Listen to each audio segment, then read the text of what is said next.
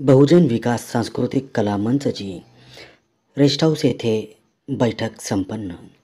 बहुजन विकास सांस्कृतिक कला मंच संस्थापक अध्यक्ष कवी गायक दत्ता शिंदे यांच्या नेतृत्वात शासकीय विश्रामगृह रेस्ट हाऊस येथे महत्त्वपूर्ण बैठक संपन्न झाली. यावेळी विविध पदांच्या नियुक्त्याही करण्यात आल्या.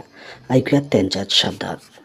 काय सांगाल, आपण बहुजन विकास सांस्कृतिक कला मंचचे राष्ट्रीय अध्यक्ष आहात आणि काय कलाकारांच्या अडचणी आहेत आणि आजपर्यंत आपण पाहत आलेलो आहोत की कलाकारांना ज्या वेळेस 60च्या आसपास वय होतं तेव्हा कसल्याही प्रकारचं काम भेटत नाही आणि त्यांना उदरनिर्वाह करण्यासाठीही खूप अडचणी येतात. काय सांगाल?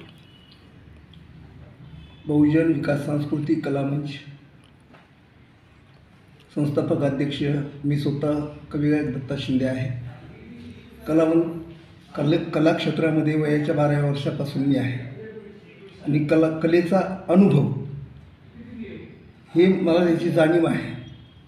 आणि आता संस्थापक अध्यक्ष असल्यामुळे तळागाळातील कलावंताच्या काय समस्या आहेत, बीड या ठिकाणी गेस्ट हाऊसमध्ये ही मीटिंग झालेली आहे आणि कलावंताच्या संपूर्ण समस्या जाणून हे संपूर्ण कलावंताच्या समस्या शासनाकडे मांडण्याचा प्रयत्न आजच्या मीटिंगमध्ये झालेला आहे.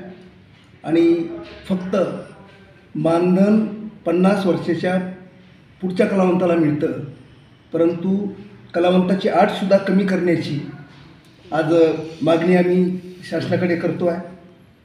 2,500 रुपये कलावंताला मिळत आहेत, 2,250 रुपये. त्याच्यामध्ये संपूर्ण संसार, संपूर्ण घरदार कसं काय चालणार आहे?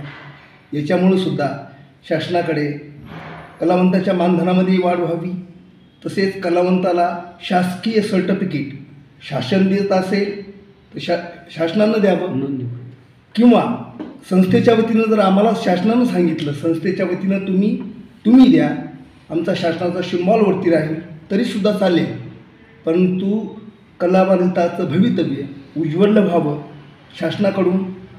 कारण शासनाचे प्रचार आम्ही करतो आहे, प्रसार करतो आहे, त्यांच्या निवडणुकीमध्ये आम्ही सहभागी होतो आहे, परंतु जे आम्हाला द्यायचं आहे शासनाकडून ते मिळत नाही शासनाकडून. तर शासनाला एवढी विनंती आहे, तळागाळातल्या कलावंताची नोंद करून, शासकीय नोंद करून त्यांना प्रमाणपत्र देऊन प्रत्येक जिल्ह्यामध्ये ही नोंद होणं गरजेचं आहे.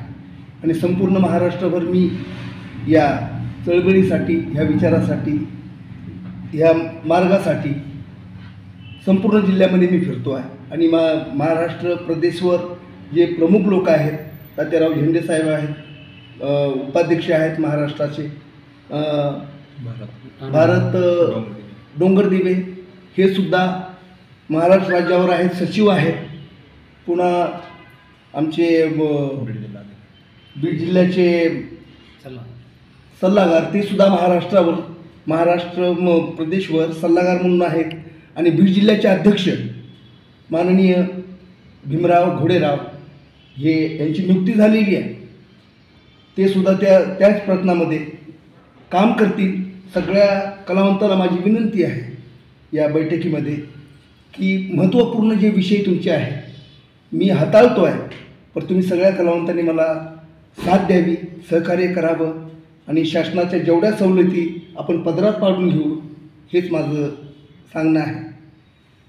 जय भीम, जय महाराष्ट्र. मी बहुजन विकास सांस्कृतिक कला मंच महाराष्ट्र प्रदेश उपाध्यक्ष. आज बीड जिल्हा शासकीय रेस्ट हाऊस या ठिकाणी महत्त्वाची मीटिंग आयोजित केली होती. बहुजन विकास सांस्कृतिक कला मंचच्या माध्यमातून महाराष्ट्रातील सर्व कलावंत की आत्तापर्यंत शासनाने यांची कुठलीही दखल घेतली नाही, शासनाने त्यांना कुठल्याही प्रकारचं मानधन, ज्या कलावंतांना सुविधा पुरवायला पाहिजे त्या पद्धतीच्या कुठल्याही सुविधा कलावंतापर्यंत पोहोचवल्या जात नाहीत.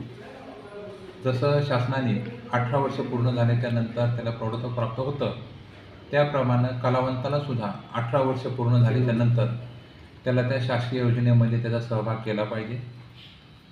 म्हणून आमची आजची ही महत्त्वाची मीटिंग या ठिकाणी महाराष्ट्राचे संस्थापक अध्यक्ष कवी गायक दत्ताजी शिंदे यांच्या नेतृत्वाखाली आणि बीड जिल्ह्याचे अध्यक्ष भीमराव घोडेराव यांच्या नेतृत्वाखाली या ठिकाणी सर्व कलावंतांना एकत्रित करून या ठिकाणी महत्त्वाचे निर्णय घेण्यात आले. त्याप्रमाणे आता जो काही निर्णय आहे पुढील की त्यांची आम्ही महाराष्ट्र सचिव पद म्हणून भारत रामभाऊ ससा आपले डोंगरदेवी यांची आम्ही नियुक्ती केलेली आहे. ते आपल्याला या आजच्या मिटिंगचा सविस्तर आढावा देते. काय सांगाल सर, आज आपण बहुजन विकास सांस्कृतिक कला मंचच्या माध्यमातून आज तुमची नियुक्ती झालेली आहे महाराष्ट्राच्या सचिवपदी, तर काय काय मागण्या असतील तुमच्या इथून पुढच्या?